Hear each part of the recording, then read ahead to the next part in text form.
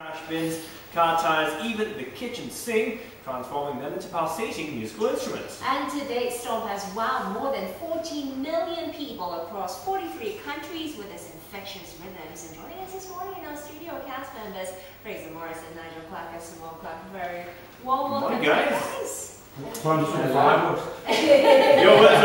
scripted, see?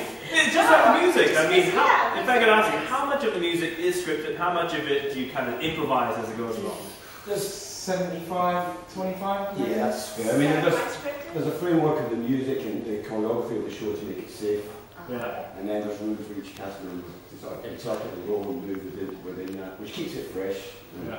So what does it take to become a stomper? I mean, do you need a good rhythmic sense, or do you just need energy? What is it? You need good rhythmic sense, you need good personality. What kind of personality? Personality.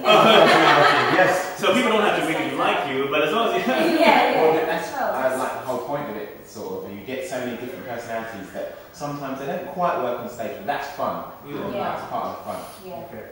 So how did you guys get into stomping? Who's been I'm around longest? from the original cast. Oh, trying to say? That's a very good question. Sometimes when people can't distinguish. I've been doing it since the beginning with the original cast, and I mean for me it was an audition process. We set out to do the show as an experiment, thinking we were going to do it for 3 weeks, and it's like nearly 20 years next year. 20 years now. How has stomping changed since the time that you did? It's changed a lot. I mean, it hurts a lot more. No, it's changed. I mean, when we started out, and what we were doing was we were literally learning it by default. So now we've got a broom technique down. You know, we know just what to do with the broom. We've learned a lot of things over the years with the instruments we use. And now when we bring in new people, we can actually teach some technique.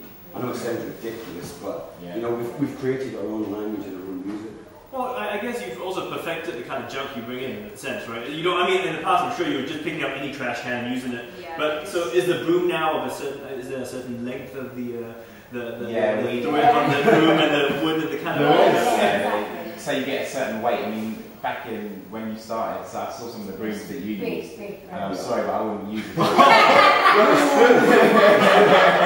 Also, the first thing we used to do when we arrived in any country, we'd get off the plane, get into the hotel, and then go to the junkyard. There's no lie. I mean, obviously now we freight our stuff over in advance, but we would have to go out and try and find junk. And do you find different junks in different places? Absolutely. It's always nice when you For example? Like, what's the most odd thing you guys have used?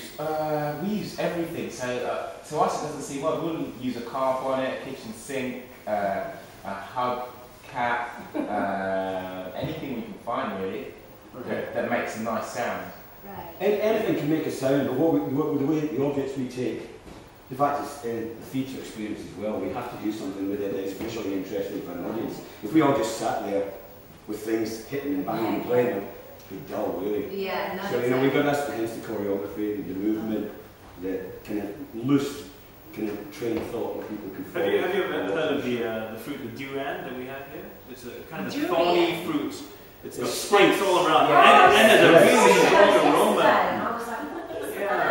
It actually looks like it's from a theatre where you will be. I mean, that would be a pretty unique instrument to have. If you took out the meat, it would sound like a shell, although you might scare everyone away with the smell. Yeah. But what's interesting is that I hear, STOMP has really based a lot of its inspiration from, Asian sounds. Is that right? From Asia, you get a lot of inspiration. I mean, absolutely. I think with STOMP, the influences are far and wide. You know, be it from African, Brazilian, Asian rhythms, but also, as we were saying, in every country we come to, we try and find something that maybe a familiar sound. It might be the sound of, as you're crossing the road, the lights make it take the sound, something like that. If we can get that in the show and the audience will recognise it, it makes it slightly more powerful for the audience. It's They recognise it's indigenous to their city or their country. So in Singapore, what would it be? We don't know yet because we only got it. I knew that was coming. Yep. We've got those ticking lights, and when you pedestrian crossing, we've got those. We've got a few other quirky sounds as well. So, how physically tiring is a show like that? I mean, do you lose 5 kilos at the end of one show? And I don't know. The show definitely. show does keep you physically fit. You know, you don't have to be going down the gym if you're doing the show regularly.